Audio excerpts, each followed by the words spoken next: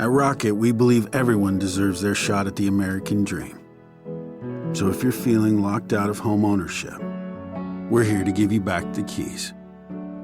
We're opening doors, breaking down walls, and doing everything we can to turn renters into owners. And we're not going to stop until we help everyone home. To find out more, visit rocket.com. Rocket, own the dream. O'Reilly! You need parts? O'Reilly Auto Parts has parts. Need them fast? We've got fast. No matter what you need, we have thousands of professional parts people doing their part to make sure you have it. Product availability. Just one part that makes O'Reilly stand apart. The professional parts people. O'Reilly Auto Parts. Why choose a Sleep Number smart bed? Can I make my side softer? Can I make my side firmer? Can we sleep cooler? Sleep Number does that. Cools up to 8 times faster and lets you choose your ideal comfort on either side. Your Sleep Number setting. And now save 50% on the new Sleep Number limited edition smart bed. Plus free home delivery. Ends President's Day. Exclusively at a Sleep Number store near you. Learn more at sleepnumber.com.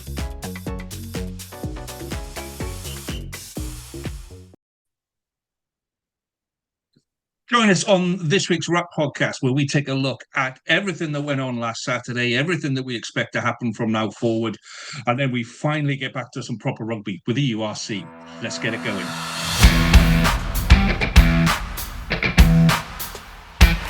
You're listening to Rap, the Welsh Regional Rugby Appreciation Podcast.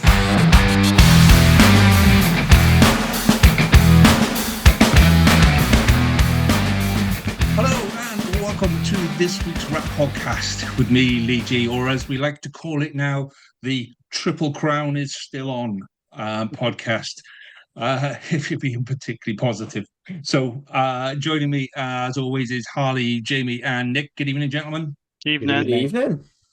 So I put a bit of effort into the start bit there because somebody told me I was too quiet last week when I started the pod. So I thought, okay, we'll go the other way. Let's give it some welly.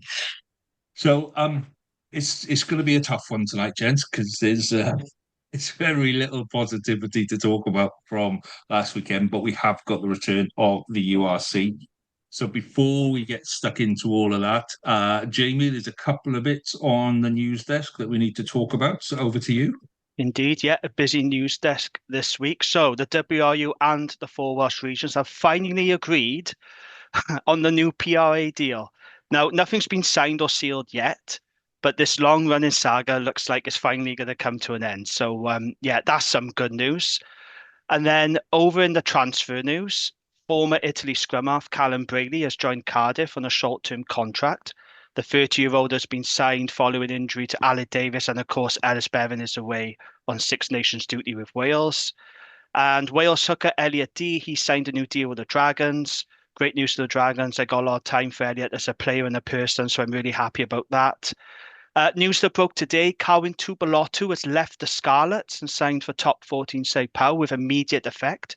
Tupelotu has been on loan with Saracens in recent weeks, will head to the southwest of France to provide injury covers, a medical joker is what they call it out there, isn't it, for the remainder of the season. Any thoughts or comments on Ali?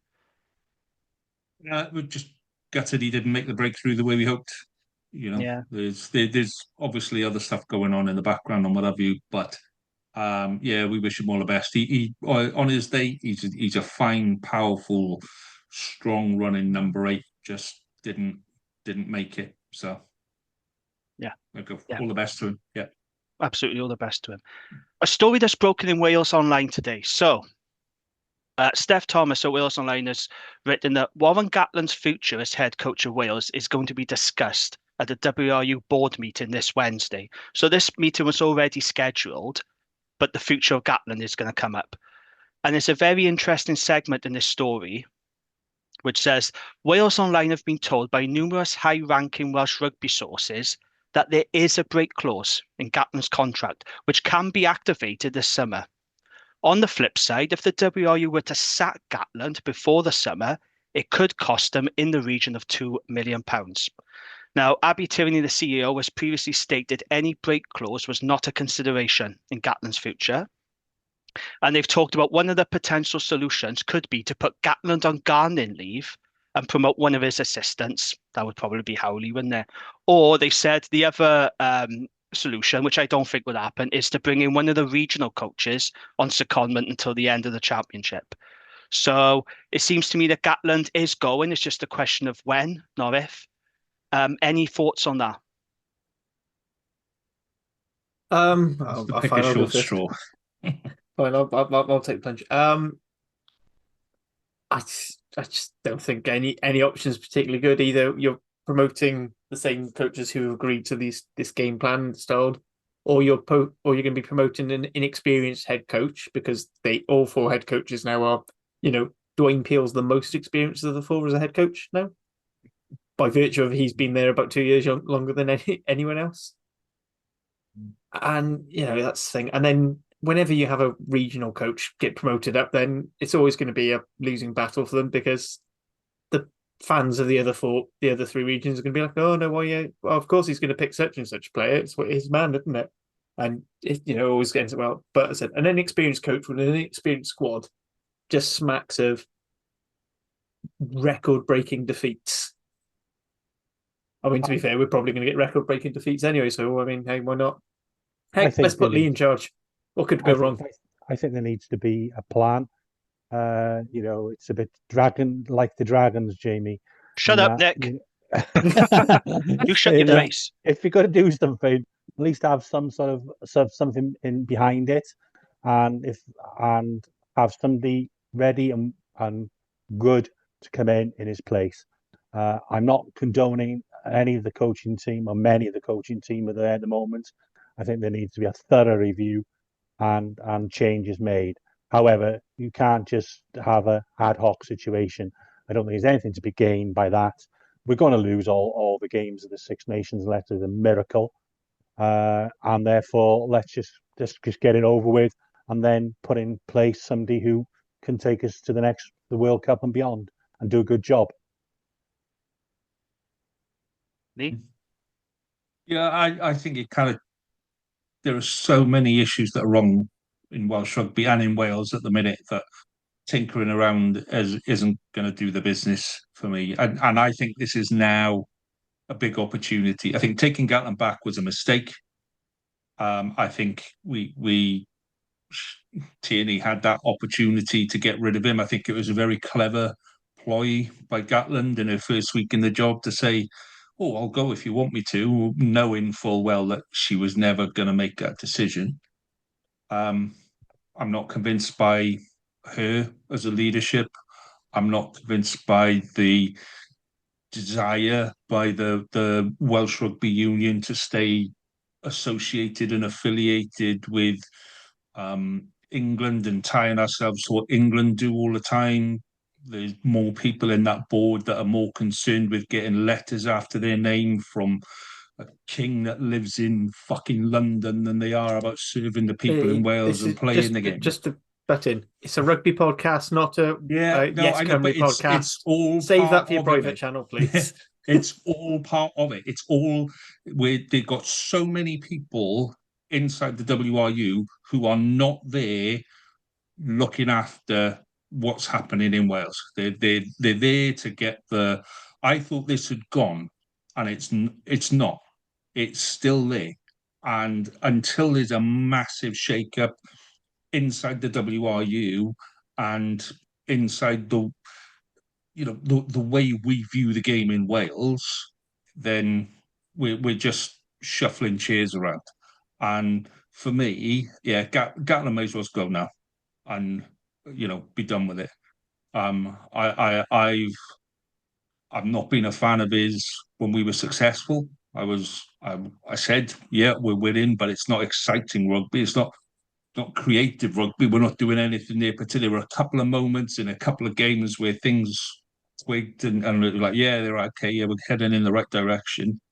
But we've regressed where other teams have developed their game. There was a time where us and Ireland were kind of level, yeah, and we were both playing a pretty static game that was based on a running 12, making a crash ball, and then let's try and do something after that. It was about strong defence, and it was about retaining possession over a period of time to wear sides down and grind them down. We're still trying to play that game. And Ireland have developed 5, 6, 7 different ways of scoring a try, and where they're going, I tell you what we'll do. I tell you what we'll do. They won't be expecting this. We'll send someone on a crash ball. And for me, yeah, we can. People can say it's about the players and all of that kind of stuff, but you see this so many times. You've seen it at the Ospreys, Nick, where you take the same bunch of players, you give them a different mindset, you give them a different belief, you give them the power to go out and play the way they want to play. And I said this a couple of weeks ago, Wales play their best rugby when our players on the pitch throw the rule book out and they go, do you know what? Fuck the game plan. We're going to play Welsh rugby the way Welsh rugby is played. That's when we play our best rugby. And I can't believe how angry I was on Saturday, and I still am now.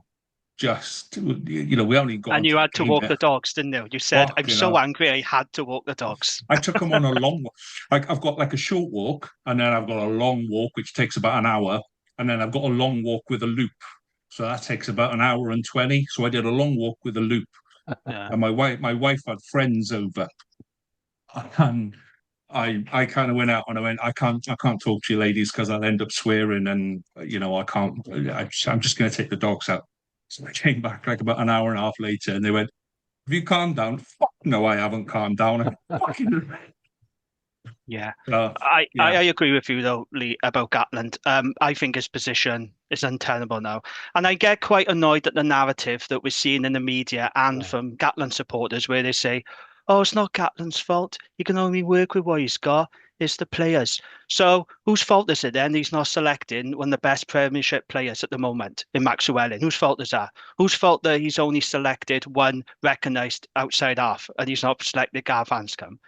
Gatland has got to take responsibility. And this idea that he's the only person who can get results because Welsh rugby is in the doldrums is bollocks. Are you seriously telling me that Franco Smith couldn't get better performances or results with this squad? Are you telling me Toby Booth couldn't do better? Are you saying Michael Checker couldn't do better? Simon Easterby, Mark Jones? This bollocks narrative that only Gatland can get the best out of these players. I'm not having it. And you can come at me in the comments. You can't tell me there's not a coach out there in World Rugby who couldn't get more out of this group of players, because they are not as bad as the results are showing. I genuinely believe that. I think there's talent there, but I think Gatland has had his day, and the selection mistakes he's making are a big part of this problem. End the Ben Thomas experiment at 10 now. End it now. We know he's a good player. He is quality. He's a 12. He is not a 10. And I feel sorry for Ben Thomas. He's copped a lot of flack on social media for his performance. It's not his fault. He is not a test match 10. It's things like that where Gatland has to take responsibility for. So, yeah, I think it's time. I'm a big fan of Gatland and what he's done for Welsh rugby, but his time has come to an end. And also, think about this. In the glory years of Welsh rugby, who was really responsible for delivering success? Was it Warren Gatland, or was it actually Sean Edwards? What has Gatland won without Sean Edwards? How many trophies did he win without Sean Edwards? I think we're seriously underestimating just how important Sean Edwards was to Wales. And maybe Sean Edwards was the real guy who brought success to Wales and not Gatland.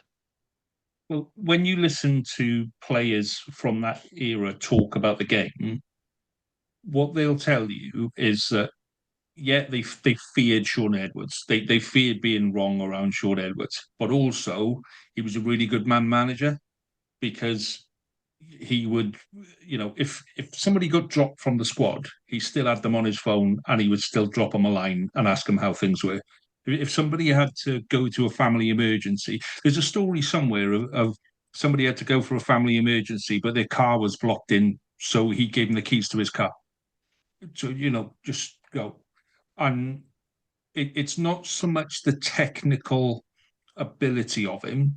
It's that is in there. Don't get me wrong. Yeah, he's very, very technically minded in defence, but it's the effect he has on players, the belief he gives to players, that actually, there's no point you being on the floor. Get up and hit someone because you're better than they are. Get up, get going. if you see one of your players on the floor with somebody on top of them, you shift that player, right? You drag your player up and you go together. And it's that effect he has on players that we haven't got now, you know. And it's not something you necessarily coach into a person. It's not something you say, right, this is how you be a good man manager. It's something that develops inside of you when you're in that kind of environment and you go, well, that's working. Okay, I'm going to go and do that. And that's what Sean Edward is really, really good at. It's about managing people and getting the best out of people. And you know, he put Sam Warburton through absolute hell.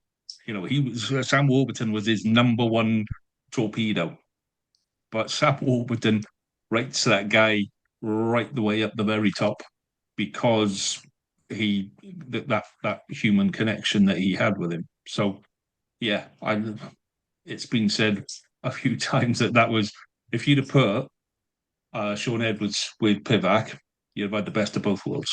You'd have had a manager, a technical manager who can get the best out of coaches, and you would have had a coach that gets the best out of players. It would have been perfect. It was a stupid decision then, and it is now. But we'll never know now, will we? Don't get me wrong, Welsh Rugby's problems are far deeper than Warren Gatland. He doesn't deserve all the blame for the shit show in Welsh Rugby, but don't absolve him of responsibility either. He is coach of this team, record-breaking run of defeats. I'm sorry, Warren Gatland. I loved you in the beginning. Now it's time to go.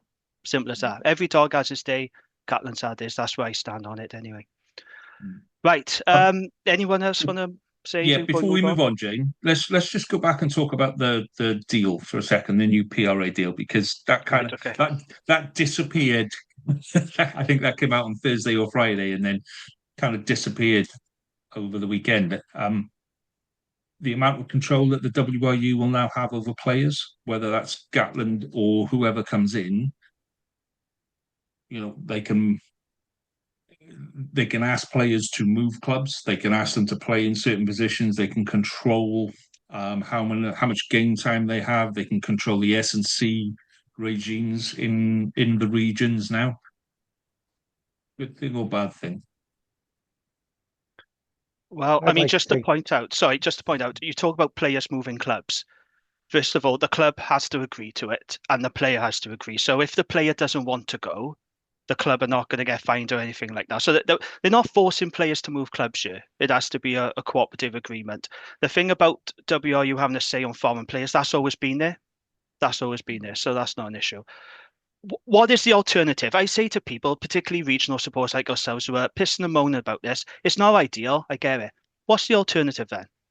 What else is on the table? This is it. It's not great. I don't want more WRU control, but what's the alternative? And when you negotiate a deal, you're never going to have exactly what you want. You have to accept that, and sometimes you have to make a few compromises. I'd like to try and put some trust in our CEOs to not sell us down the road, and ultimately more cooperation in the system, more sharing of resources, and selling the game and a cheaper services provided because we're going in as 5. I don't think what's wrong with that. I don't have any problems with that at all. And ultimately, for my team, it means we're going to go up next year from a salary cap of 4.5 million to 5.1 million, which will hopefully allow us to buy some additional players to strengthen our squad. And as we're already doing, retaining our best players. Now, okay, it's not perfect, no, but it's better than we are at this point.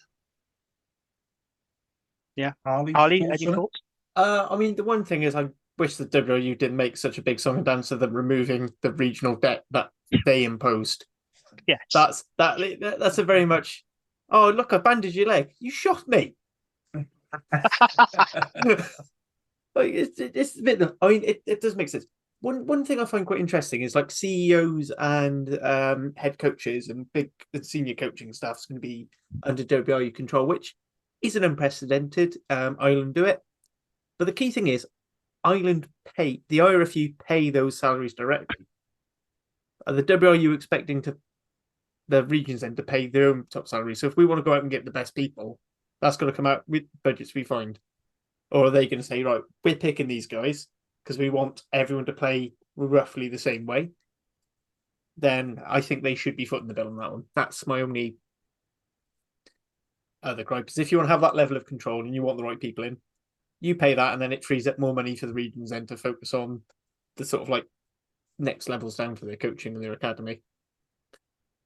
I thought we agreed this last year. I thought we had the 6-year deal in place last year. We had the 6-year deal and then 2 years ago, and then it got renegotiated. Now it's been renegotiated, and I'll be honest, this time next year we'll be talking about another pro rugby 5 years. agreement. Yeah, There'll be another deal. Yeah. Yeah, What it and does mean is more money 5-year on the plan will table still for not us be published. for us as clubs to go out into the market this ready for next season. Now, if people can't see that's a good thing, I'm not the right person to discuss it with you. We've seen today people coming out and saying the only way forward is to drop it to 3 regions, to drop it to 2 regions, and all of this bollocks again. And I just think people have got, for whatever reason, they've got their own little gripe, their own little grudge to put out there, and any excuse that they can, they'll do that. Do you know what I mean? There's one of our local Facebook groups, right, where no matter what happens, there's one woman who will turn that complaint into something about her daughter was bullied at school. Yeah. Why can't Tenby why Tenby's got lost half of its flowers for this year? Well, maybe the council need to think about the bullying in school. And it's a little bit like that with these bigger guys, where no matter what's happening, their mentality is, and their line is, that we need to drop a region. So we've literally just, like I say, re-signed an agreement that we signed 2 years ago, and to say 4 regions, and we're committed to 4 regions, and we're going to make 4 regions work. And 4 regions, well, 2 regions is the way forward. And you're like, no. But it's the wrong week to start expecting normal conversations after what we've been through on the weekend, because I'm of the mood to just turn around and just tell these people to fuck off, because I've had enough of it. We've got 4 regions. We're sticking with 4 regions. This is the framework. If you really don't like it, fine. Shut your hole. Go to France. Fuck off to France. Go get a suntan. Just go and leave the normal people have a decent conversation about how we move our game forward. I'm still angry. Did you see Andrew Coombs's post on social media today? And he's always, I loved Andrew Coombs as a player, but he's always parroted this East and West narrative. He's been saying for ages, cut down to 2 teams, East and West. But he used Scotland and Italy as an example. And I thought to myself, okay, can anyone tell me how many Grand Slams and championships have been won by both Scotland and Italy over the past 20 years? Let me think. 1, 2, 3. Oh, that's right. 0. Zero. Zero. So how does going down to 2 teams improve Wales's chances of success? Anyone? No, It's ridiculous. Rubbish. And he talks about Italy. Zebra are going, and because they're not working, so the Italian Rugby Union are removing the funding and putting it into academies, and having 2 private teams, 2 privately owned teams. So the Italian system isn't working. I just, these are the people that. I should have had therapy yesterday, boys. I should have gone, because there's a lot of anger that's still coming We just out. need to move on. The conversation is over. It's 4 clubs, 4 regions, whatever you want to call them. If we're not successful in the next 3 years, and our performance of the teams hasn't improved, and you're going into a new agreement, let's hope it is that long, Harley, that then you have the conversation. But let's just get on with it now. Let's give our support to those clubs. Let's give the extra funding, which they need desperately. Let's support the academies to develop the pathways, because there is talent in Wales, always will be. So let's just park it. And some ex-professionals getting paid to make these comments and has done 0 research really pisses me off. No, that's fair enough. And just to add, I was at the Dragons Q&A last week, and somebody raised this point about going down to 3 teams because Dragons are in the spotlight purely because of the results. Off field is pretty good. On the field, as we know, it's been a disaster. And David Wright, the chairman, said, look, if they're going to get rid of a team, the WRU, it would incur huge legal costs, massive legal costs. It's not as simple as people think. It's not a case of, oh, they're rubbish, cut them. Yeah, we don't need 2 teams out west. We'll cut the Ospreys. It doesn't work like that. It would be a very long, complicated, and very expensive process. So people just need to think about this, and it's people's livelihoods at stake as well. Absolutely. Players, staff, people who work at the club, the community. It annoys me, it really does. And if we get to a stage where we lose a team, it's going to be sad. But people just throwing around silly ideas like, let's go down to 2, East and West. What are they going to be called? Who's going to support them? Where are they going to play? No answers at all. No answers to the questions. Yeah, if you were unlucky enough to be around when the Warriors went, and that was absolute chaos for a couple of weeks. It was a bun fight, and that side didn't cease to be. What happened with that one is they said we can't afford to keep going, and the 4 current regions bought quarter of the shares, carved up the squad and said, right, okay, we'll have this quarter of the squad and that quarter of the squad, and left Mevin Davis, who at the time was I know he's had issues with coaching, but at the time was the best hooker in Wales, probably in the UK, left him without a contract. And, it wasn't as easy as they're here, then they're not. There was absolute hell when we went through the Warriors, and I was playing at the time. I was semi-pro at the time, and the ramifications come down all the way down the league. Anybody that was taking a buck for playing rugby back then was in that position of, well, is my club going bust? What happens if my club goes bust? Where does that leave me? And I was young at the time, but there were boys there that relied on the money that we were getting paid. So, I don't think people fully understand. They haven't researched what happened before. And so to turn around and go, oh, yeah, we'll, click the fingers, they're gone. Like you say, Jamie, But we know the answer, don't we? Yeah, they tell them to fuck off. No, we go back to club rugby because that was so successful, wasn't it? We already got clubs. You go on Swansea, Cardiff, Newport. We've already got them. It's called Super Rugby Cymru. You can go and follow them there. And that's what they are. That's right. And that's and fair. One of the hopefully things that we can do is increase the numbers, perhaps in our academies, and further support Super Rugby Cymru and improve the quality of those teams. Now I'm very supportive of that. But the idea we can just go back to having the 12 or 14 clubs and that's suddenly going to improve the fortunes of the Welsh team is absolute crap. Controversially, I think Super Rugby Cymru is actually a slightly better standard than the old Premiership already. Yeah, I agree, Harry. Yeah. Yeah, I think it's the lack of Ponty personally, but I would say he's gone. You're really going to upset Ponty listeners, dear Lord. They won't listen to us. This is regional. They don't. I think it's more local and FD, Harley. That's what I think the reason is. Oh shit! Here we go. Oh fucking hell! Right, should we move on? Let's move on. Then. Let's move on. See how well this good mood cats. So, what I'm conscious. All right, so we're going to talk about the game on Saturday, right? Hang on. No, I got results to read out first. Just let me read out these results. Go do them first. Yeah, because you're going to like this next bit, Lee, so you don't want to cut me off. So, regional under-18 results. Scarlets under-18s. We need to talk about them. They're a cheat code, and they need to be stopped.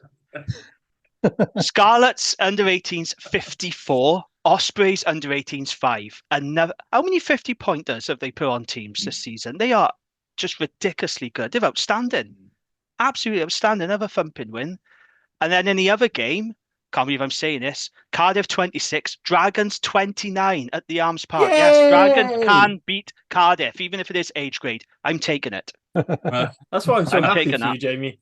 Yes. I mean, to be fair, Newport and Ebu have been dicking the rags, so they have. You should take that as well. what I will say about the Scarlet score was that the Ospreys came out after the game and said, we rotated a lot of players. We're already in the semi-finals, so we're gonna give a run out to a load of the first year boys. And then the Scarlets went, well, that's good because so did we. So there we go.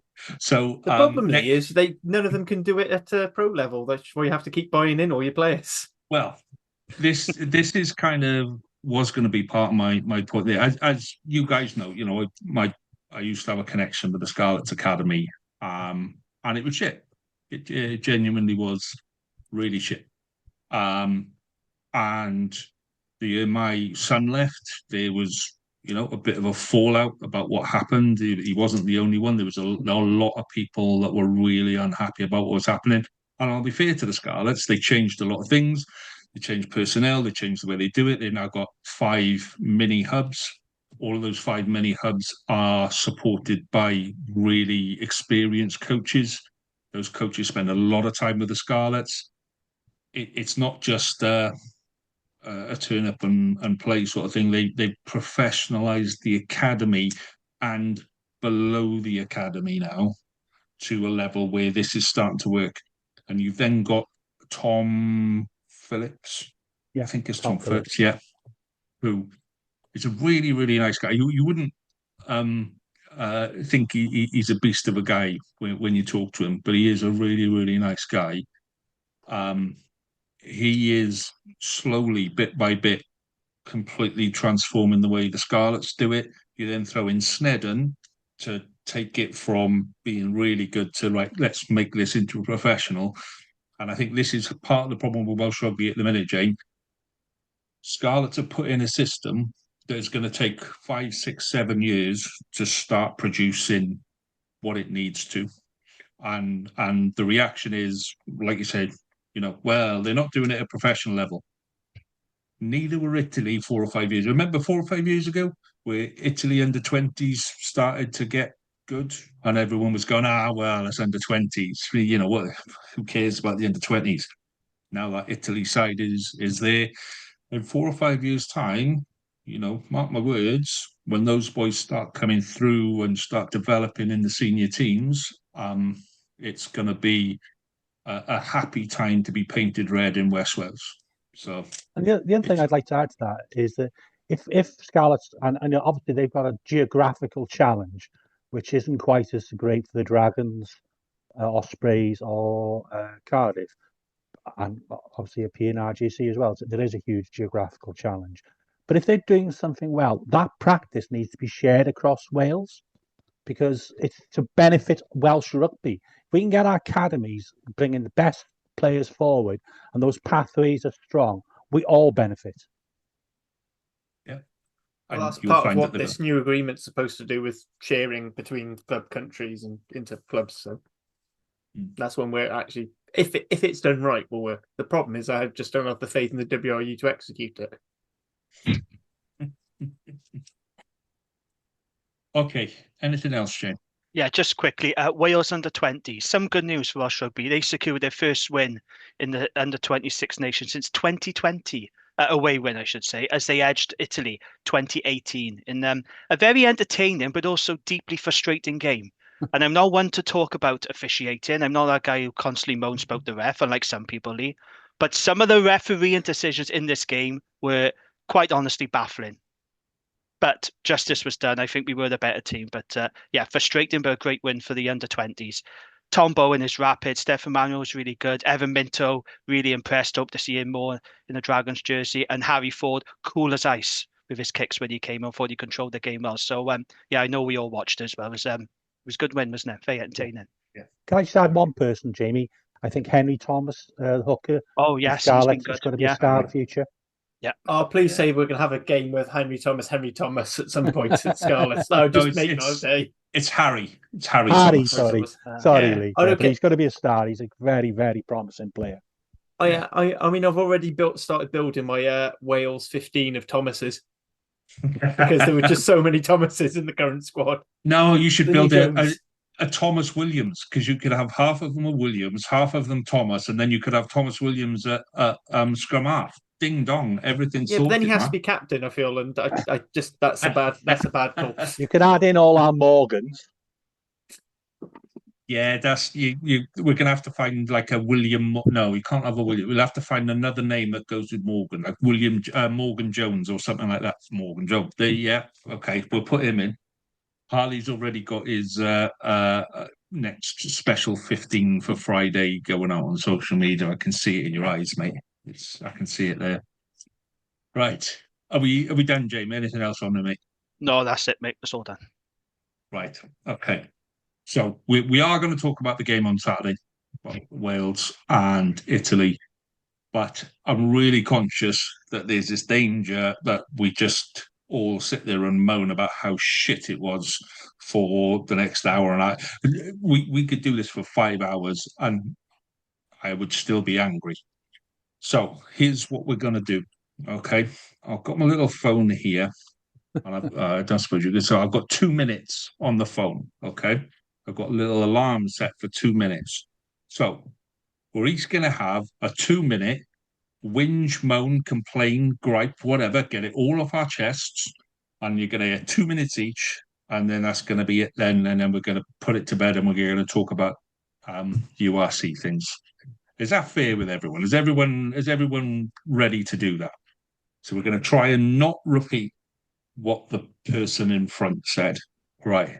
So, Jamie, you get to go first. So, on your marks, get set, go. Okay, I had a bad feeling before the game when Liam Williams and David Jenkins pulled out, but I was hoping for an improvement on the France game, and unfortunately, it was much, much worse. Never die performance. Don't think Italy were brilliant by any means, but they did play the conditions much better than Wales. Their kicking game was pretty good by quite distance. Paolo Garbisi was excellent. As for Wales, same old story. Kicking game was poor. Discipline was poor. The set piece struggled, although the driving maul was at least one positive. Our attack is absolutely embarrassing, clueless, toothless, no attack in shape whatsoever. As I said earlier, the Ben Thomas at 10 experiment now needs to end right now. It's not working. What have Racing done to my boy Will Rowlands? When he was at the Dragons, he was Wales Player of the Year. It's only 2-3 years ago. Now he just looks a shadow of the player that he was then, looks completely out of sorts. In terms of positives, Jack Morgan continues to lead by example with another excellent performance. I thought Faletau was pretty decent considering he'd been, away from the game for a long time. Blair Murray actually impressed me at fullback. I had some concerns about him starting, but he did all right. Other than that, another disheartening performance from Wales. And yeah, I agree with Jamie Roberts and Dan Bigger when they described the performance as the worst by Wales in the last 2 years. Gatland's 20th loss now in 26 tests. Wales' 14th loss on the bounce, and we're now below Georgia in the world rankings. But that's where Welsh rugby are. It's in the doldrums. But the only positive is we're still on for the Triple Crown. That's the only positive I can take. We are factually still on for the Triple Crown. That's me done. How many minutes was that? Oh, you've got 20 seconds left, mate. Do you want to take your 20 seconds or are you happy? No, I think I've summed it up for me. I'm happy with that. Right, okay. Nick, you get your 2 minutes. Okay. No repetition, no pausing. On your marks, get set, go. Does nobody in the Welsh Rugby Union watch the weather forecast? I knew it was going to be a wet afternoon in Rome. So therefore, you pick somebody who's used to playing 10 and at least has had experience of playing in bad conditions, who can kick the ball well. And also when your main lineup jumper is unfortunately ill, you put in another recognised lineup jumper and somebody else who's used to calling lineouts for his club. So you make changes as forced upon you, and you make those changes with some common sense and strategy behind them. You also then pick your best back row. You had a gentleman came on who had a bad injury against France, but what a difference Wainwright made when he came on. He should have been starting. Both of them could have filled the bench place. You have therefore maybe change the front row a little bit. We were unlucky a little with the kicks through from Thomas Williams, which was the right strategy, the right tactics, and with a bit of luck, or Adams and a little bit of more form, he would have scored at least one of those, which might have put a little bit of perhaps gloss on the game. And I do think I'll try at the end we only started playing in the last quarter, and they probably flattered us. The fact that we got those 2 scores at the end. Italy didn't do much. They played conditions well, and they were by far the better team, which is really sad. I could accept losing to Italy, maybe, but to be not really in the game at all is so disappointing. And I think the boys tried really hard, but the coaching is woeful. And is that the end, Nick? Are you I've got done? nothing more to say. Okay, 10 seconds left. It was good, man. It was good. Okay. Harley, your 2 minutes. Are you running out of things to say? A little bit. I've got a few. I've got one very controversial thing to say. Oh, lovely. Here we go then. 3, 2, 1, go. I'm going to get the controversial thing out of the way first, because he is far and away our best player. But I don't think Jack Morgan's a particularly good captain. I don't think he has the right presence around the referee. And yes, he leads the way with what he's doing. And maybe he drags 1 or 2 players with him. But I don't think because the thing Warburton was so good at was his ref management, and that got us out of a lot of shit. And I don't think Jack Morgan quite has the same thing. Maybe that's an experience thing. Either way, I think we're really missing Dewi Lake on that front. Line out was just shonky and so easy to read. The calls were terrible until Teddy Williams came on. We managed to secure some ball. I disagree. I thought both of them actually had a decent enough game. He was essentially nullifying a lot of Italian attacks and turnovers. But I mean, and again, if our attacking strategy was kick the ball through and hope that Josh Adams gets a bounce that he can pick it up and he's not having to grab it from his ankles, that's not an attack. And I think that's part. They were hoping for the same sort of luck we had 2 years ago, and it didn't work. One way of putting it. Is that it? Are you finished? Oh, everyone else covered it. We've got 45 seconds left, mate. So, or do you want to use the spare time to discuss my controversial point? Well, can I come in as an Osprey fan? I agree with Harley. I think he's not forceful enough for international rugby. I think you can probably get away with it. Reece Rugby, he's a fantastic player, but I think what I've seen so far, other than leading from the front, I think out of the 2, I agree. Dewi Lake would make the better long-term captain. I said I just want to reiterate, this is not a slight on Jack Morgan, because I think similar things with like players like Talupi Falato. I don't think he makes a good captain, but he's an outstanding player. I just don't think the things that captains have to do. And perhaps sometimes that makes it doesn't need to be your best player. It just concentrate more on their individual game. Well, it was going to be one of the questions that I had. As a Scarlet, I'm not allowed to question an Osprey player because then that's like I'm a one-eyed Westie and all of that kind of stuff. But he's developed by the Scarlets. It's fine. It was definitely something that I thought there were a couple of times that he was just kind of looking at the ref and like, okay, what are you doing? Right, my 2 minutes. Fucking strap in, boys. Here we go. Right. So for me, the key bit on this game was the desire inside the players' hearts. When you put on a Welsh shirt, and I don't give a fuck who you're playing against, or what age you're playing, what way you're playing in the world. You could be playing fucking Sri Lanka thirds. If you've got a Welsh dragon on your shirt, then you put the effort in 100%. And the bit that really, really pissed me off on Saturday was the lack of effort. These are professional players who have been, regardless of what the tactics are and regardless of how much responsibility goes up to the management, and I think there is a lot of that goes up there, they were scared to run at players. You had props, who were like, they get the ball and without a shadow of, I'll just move it on. Yeah, they weren't committing players. They weren't running at players. They weren't doing anything with the ball. There was one situation where we had a 4-on-1. Yeah, 4 of our players, 2 of them were props. 4-on-1. We just went pop, pop, pop. We gave it to the winger, bang, into touch. And you're like, at professional level, how the fuck does anybody put that out as a performance because it is not acceptable. There was no fight, there was no desire, there was no heart. I listened to Dragons last night, Jamie, and Gav said, he was there in the 80s, he was there in the 90s. I was too. Like I said here, I was absolutely there, and it was hard. And last Saturday was fucking worse, much worse. Not just a little bit worse, much worse. Because in the 80s and in the 90s, that's my 2 minutes, right? I'm going to nick 45 of your seconds, Harry. At least in the 80s and 90s, the boys would get stuck in. If it wasn't going right, somebody would smash somebody in the face. It'd be a big dust up, and then it would be right. Okay, we're up. Yeah. And there was none of that. It was too placid. It was like we were out for a training game and nobody cared. And, I'm not going to name names because I don't think it's an individual. I agreed there were certain players there that had really, really good games.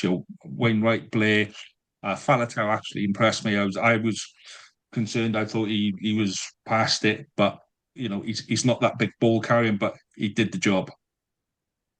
But there were too many players out there that just didn't look like they wanted to be there. And whether that's the coaches, which I think a lot of it is, but you're playing for your fucking country. There are people that would literally give their left arm, their right arm, if they could, to have a chance of putting that jersey on once. And those boys are sitting there and going, do you know what? I could run a 4-on-1 there. I could, fuck it, I just pass it. And that's the bit that made me angry. And I am still angry now, and I need to stop talking about it because I just wind myself up and make myself angry about it. And this is going to cost me a lot in therapy. I'm telling you that now. This is the worst Wales team in my lifetime. And we talked about on Dragon say, I grew up watching Wales in the 90s. This feels worse than that. Just quickly, 2 changes I want to see going forward. As I mentioned earlier, Will Rowland, he looks completely out of sorts. Time to bring Teddy Williams in. I think he needs a run, and I think he deserves it. He's been excellent for Cardiff. Let's get him in. Let's see what he can do. Also, as I said, drop the Ben Thomas experiment. Let's just go with Dan Edwards now. Because what else is there to lose now? Let's give him a crack. I know it's a lot of pressure, but it's just not working with Ben at 10. I'm sorry, and I love Ben Thomas to bits. It is not working. Let's go with Dan Edwards. Those are 2 changes I definitely want to see. Also, if Jack Morgan isn't a good captain, who should be captain then in this squad? The problem is you're probably looking at Dav Jenkins as the only other real viable one, but it depends whether or not he's over his injury. And do you want a captain who's not there half the time? Because he'll be in the 2 fallow weeks. He'll be the thing. I mean, he's guaranteed. The one criteria for captain is guaranteed starter. Otherwise, you're looking at. Potentially a Wainwright or a Faletau, Thomas Williams. You're looking at really are the only ones. I don't particularly like my halfbacks being captains, just because I think they should have enough stuff to do. I agree with you about Ben Thomas, as pretty much all Cardiff fans do. Like pretty much most Cardiff fans I speak to think he is a very good ball playing 12. He's not a tactical ticking 10, which is what that game initially called for. I think the main issue with putting an experienced player in, particularly at 10 in those games, is we're going to get hammered, and you don't want to break their confidence. But I think if there's any young 10 in Wales at the moment who can brush that off, it's going to be Dan Edwards. I just think he's got that mental fortitude, that sort of Dan Bigger-esque thing of underdog's bollocks. I don't care what happens on the pitch. I know. What about Ben's confidence, though? What about Ben's confidence at 10? He can't be having good confidence now, can he? No. Well, that's what I'm thinking. I think for Dan, he can probably get better. I mean, by the sound of it, from things Ben said in press, he's quite waters off a duck's back about it all. He's just happy to put on that Wales jersey and do his best. But I mean, the thing was for me is it just made no sense because he seemed to be showing something really good at 12 during the autumn, and that midfield, that Anscombe, Ben Thomas, Llewellyn midfield started to look like it was getting somewhere, and then we abandoned it just as it started to click. Then, and that comes back to Gatland, doesn't it? What I was saying earlier, when people say, it's not his fault. Well, it is. So I had this argument with one of the managers in work today, because she went out to Rome. But she goes to the. I don't want to, because I think their money is almost more valuable than mine, because they probably put more money. She puts more money into the Welsh game than I do at the moment. I basically paid my membership and gone to 2 or 3 games because I'm stuck down in England. But she was like, "Oh well, who would you get in to do thing?" And I went, "Well, probably Franklin Smith at Glasgow would be my number one target. I think he's got the best track record of getting a decent look out of young inexperienced players." But then, yeah, I said I'm a bit worried about that. I said because I think what will happen is it will be that whole we'll search far and wide and we're going to promote one of the regional coaches before they're ready. Yeah. What I will say, I was impressed by Dan Edwards when he came on, and he actually passed the ball to Eddie James, who actually ran at players, committed players, and passed the ball. Which, that's the job. When you're 6'4" and 17 stone, as an inside centre, that's your job. And he didn't actually get one pass in the first half, and then he didn't get another actual pass to run onto until Dan Edwards came on, and then he actually started to play. And I think those the two problem was at that point good. We were actually getting go forward, which is what we weren't when Ben Thomas was in pitch. Like, I mean, it's one of those things that you can have a go at 10, but the performance is linked on. You can't if Ben Thomas was trying to spin out passes and do this, that, and the other. It would be the same as what happened in the France game where you got reeled for not kicking the ball away. If anything, we didn't kick enough either. Anyway, like I said, we don't want to keep going over and over and over. So let's knock that one on the head. We got a week off. But before we talk about proper rugby in the URC, Harley, give us a quick rundown of women's. So it's a Celtic. Is it called the Celtic Challenge still? It's called the Celtic Challenge. So this is a World Rugby, and I want to point out that this is a World Rugby tournament that's been set up between Scottish, Irish, and Welsh teams as a development league. And it is proper rugby. Thank you very much. It's something to give us some smiles. I do have a little bit of bad news among Wales women at the moment, which is Cecilia Tuipulotu is unlikely to play a part in the Women's Six Nations coming up, as she's had surgery for a hamstring injury, which is a huge loss for us because I think we've only really got one other tight end in Donna Rose. So any women who've been playing in the Women's Premiership think they can do a job? Can you make yourselves known to a new coach, Sean Lynn? I think they'll be quite happy to try anyone out right now. In the meantime, yes. So Celtic Challenge was on round 7, and the really impressive thing. So Gwalia did quite well. They got within 7 of last year's champions, the Wolfhounds. So it was 21-15 out in Cork. And that was a really good game, and we were probably unlucky not to get the win by the end. After some apps, they are watch Gwalia's games. They are the masters at holding the ball up over the line. Like, it is just absolutely fun. Like, it's clearly a tactic they're using. But the real story I want to talk about is, and the Scarlets boys who are recording as we speak are going to be cock a hoop over this one. Brisbane's under 1. They've won the first game of the tournament, and I think only like 2 or 3 they've won in the 2 years it's been going. So they beat Edinburgh 38-32, who was a team I flagged as being one of the top 2 or top 3 teams. So good for them. And Hannah Boyd doing wonders, beating women in a legal fashion for a change. It was a good win. They say Edinburgh are very, very good, and to come away from Edinburgh with any sort of this was a Parc Scarlets. This was a home game, to be fair, but to come away from that, but that is still a hell of a result. Yeah. Okay. Right. Let's get back to proper men's rugby. Where we stand a little bit better chance of winning this weekend. So, first game, Friday night, Ospreys host Leinster. So, Nick, how much chance do Ospreys stand against Leinster, given that I think Leinster have got 23 players away with Ireland? Something like that, a ridiculous amount. But your thoughts on Ospreys? 38-0 result for the Ospreys. It's a very easy game. No. Nick's attempt at comedy there. Well done, Nick. Obviously, Leinster are a very, very strong squad. You've got RG Snyman, Jody Barrett rocking up to the Swansea.com. You've got, they'll have a to lot have of very talented players. You've got probably going to Slimani back from the French squad on a down week. Got really experienced players like Max Deegan, Will Connors, Ross Byrne, Luke McGrath to provide that game management and leadership. And then you've got really talented youngsters like Charlie Tector, Andrew Osborne, and so on. So it's a real test, but I'm really looking forward to it, because if we've got anything about us wanting to finish top 8, we've got to get something out of this game. I'm not saying we're going to win, but I'm certainly expecting us to pick up hopefully at least 1 bonus point, and maybe 2. So because of selection, don't have many players in the Welsh squad. So hopefully we might even get Ben Warren, Sam Parry back, which would be great, because obviously we've got issues at hooker. But we've got, chance for Ruben Morgan-Williams, Kieran Williams, James Fender, Morgan Morris, Morgan Morse, to show the new incoming Welsh coach that they are worthy of consideration for his first squad. He's on fire tonight, Nick, isn't he? Yeah. He's been rehearsing all day. He has. He wrote these down, isn't he?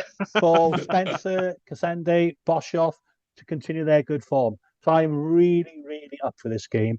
I can relax in the sense that there's a bit of jeopardy in the results. I don't think it's going to be a foregone conclusion.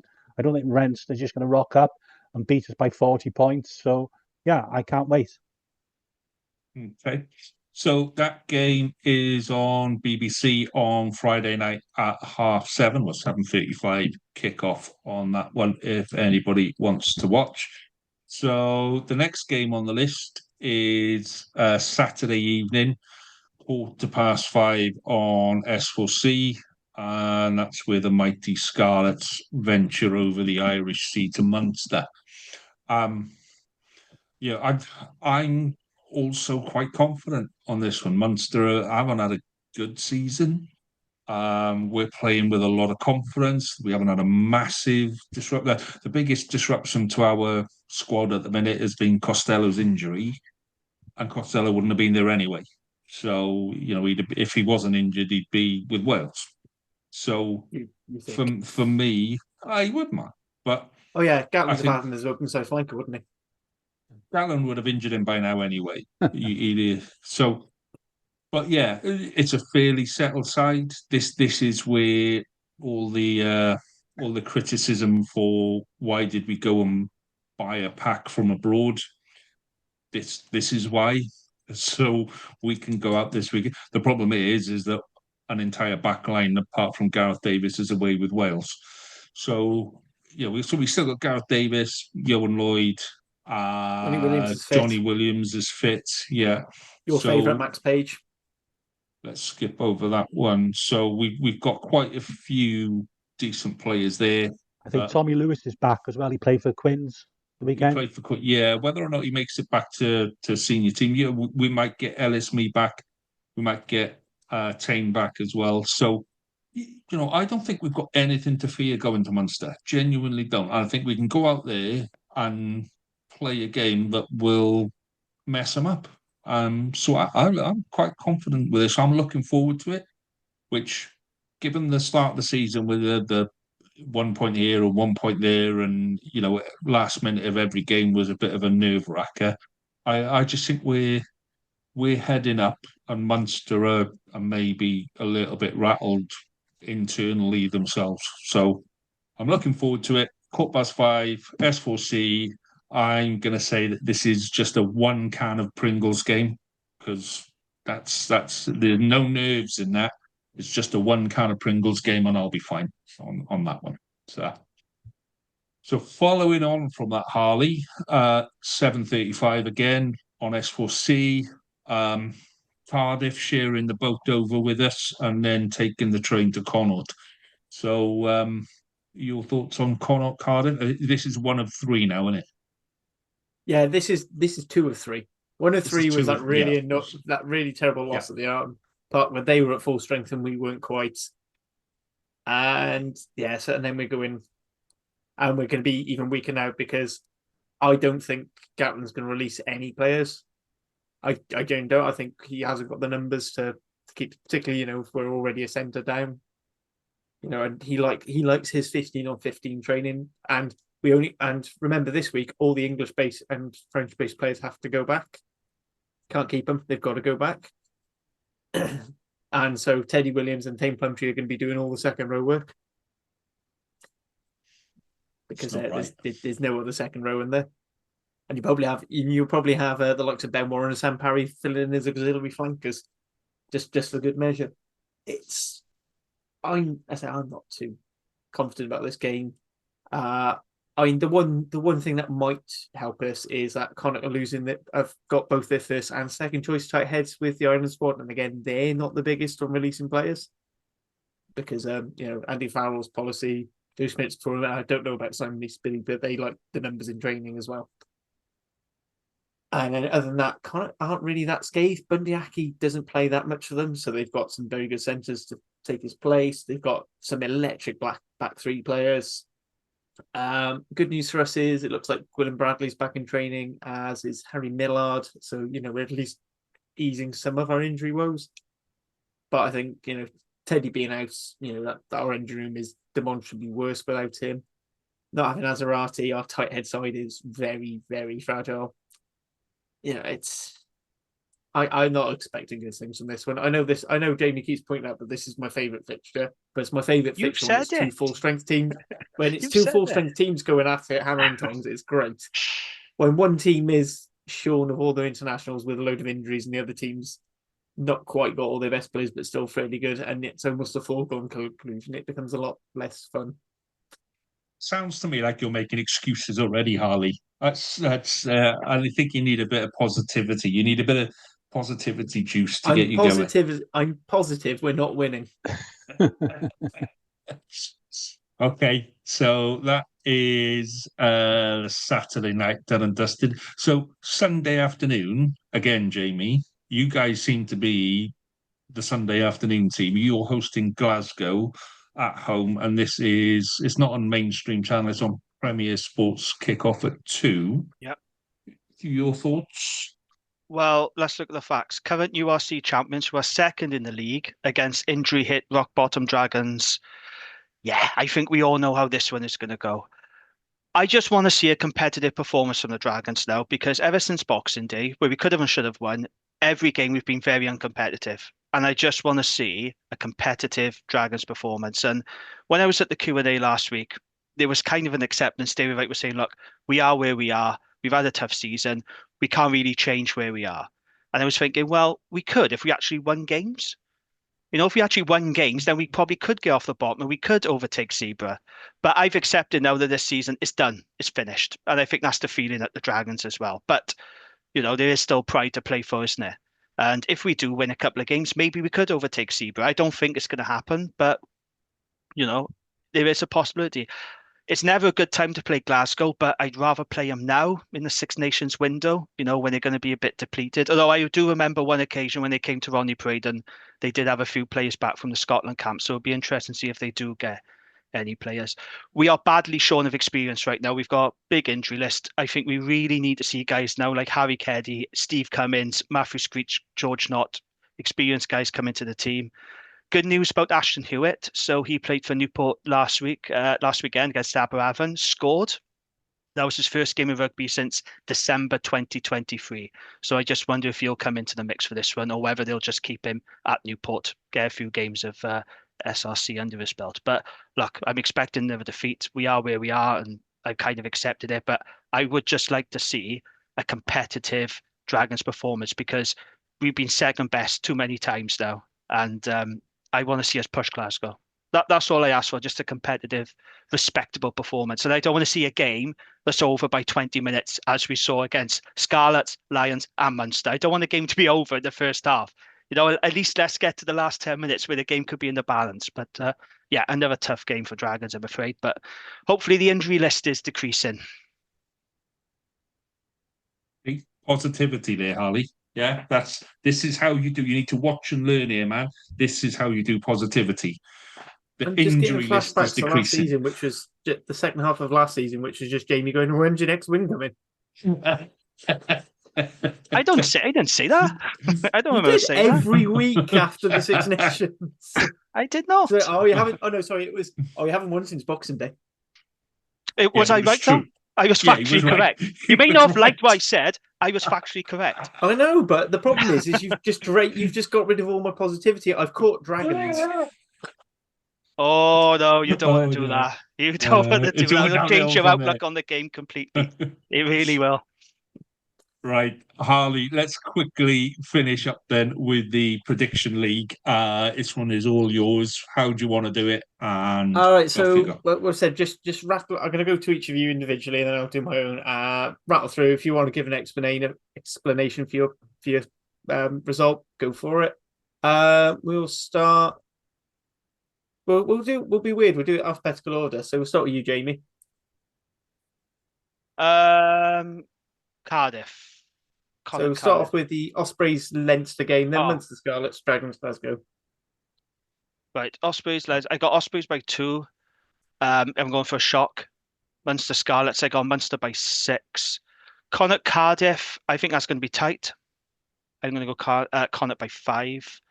Dragons Glasgow. I got Dragons by 13. Dragons by 13. Glasgow by 13. I misheard you there. What did I say? Did I say Dragons? You did. No, I thought you said Dragons. Absolutely not. Glasgow by 13, because I could really fuck myself up in the prediction league if I said that. Sorry, I meant Glasgow by 13. That's why I wanted to double check. I could have put your first answer down just so I can try and claim back. But put it now, Charlie, put it down. You know, when the quiz shows where they go, "I'm sorry, I have to take your first answer," and your first answer was Dragons by 13, mate. Yeah, the problem is if I do that, people just say I'm bitter because I'm not winning the league. Glasgow by 13. I'm bitter I'm not winning the league, but I do play by the rules. Anyway, next up, Lee, it's you, starting with the Ospreys. Okay, I've got Leinster by 20. I've got Scarlets by 5. I've got Connacht by 10. And I've got Glasgow by 25. Whoosh. Yeah, big weekend. Nice. You're not being nice to us anymore. What happened to Dragons by 1? That's all finished now, is it? When you went through that phase of Dragons by 1. Every time I do that, you get really wound up and you wouldn't talk to me for like 3 or 4 days. So it's true, yeah. and then you started predicting. I was predicting stuff to try and make you feel better. You were predicting stuff that was genuine, real, and you absolutely caned me in the prediction league. So I go, okay, maybe we'll scrub that then. So there. Anyway, gentlemen, Nick, can I have your predictions league? Yeah, Leinster by 6. Munster by 10, Connacht by 6, and Glasgow by 12. So just to double check, that was Leinster by 6. Yeah. Cool. Joys of my headphone cutting out then because they need to charge. So for myself, I've gone for Leinster by 12. Munster by 5. I think even though they're injuries, I still think that there's something about Munster. They will do a Munster. They always do. And I think Connacht by 6. I think it's usually a fairly close game. I think even with all the problems. And then I've gone for Glasgow by 24. Just because I think they are full of even though all the Scotland internationals away, they've still got all their Argentinian internationals, which is something I think people forget about with their second team. Right. There we go then, gents. We managed to get through it without, being too depressed. It was good. Thank you for your company tonight. It was a pleasure as always. I hope we have a good one on the weekend. I hope we can come back with a bit more positivity for next week. And until we meet next weekend, gents, enjoy your rugby. All the best.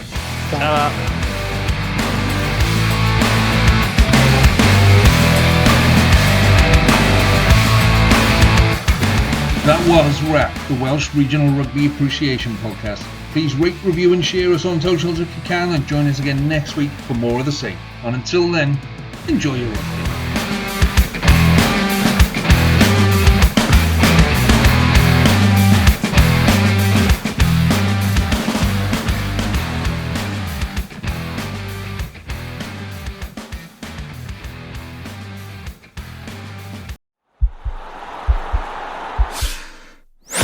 This podcast is part of the Sports Social Podcast Network.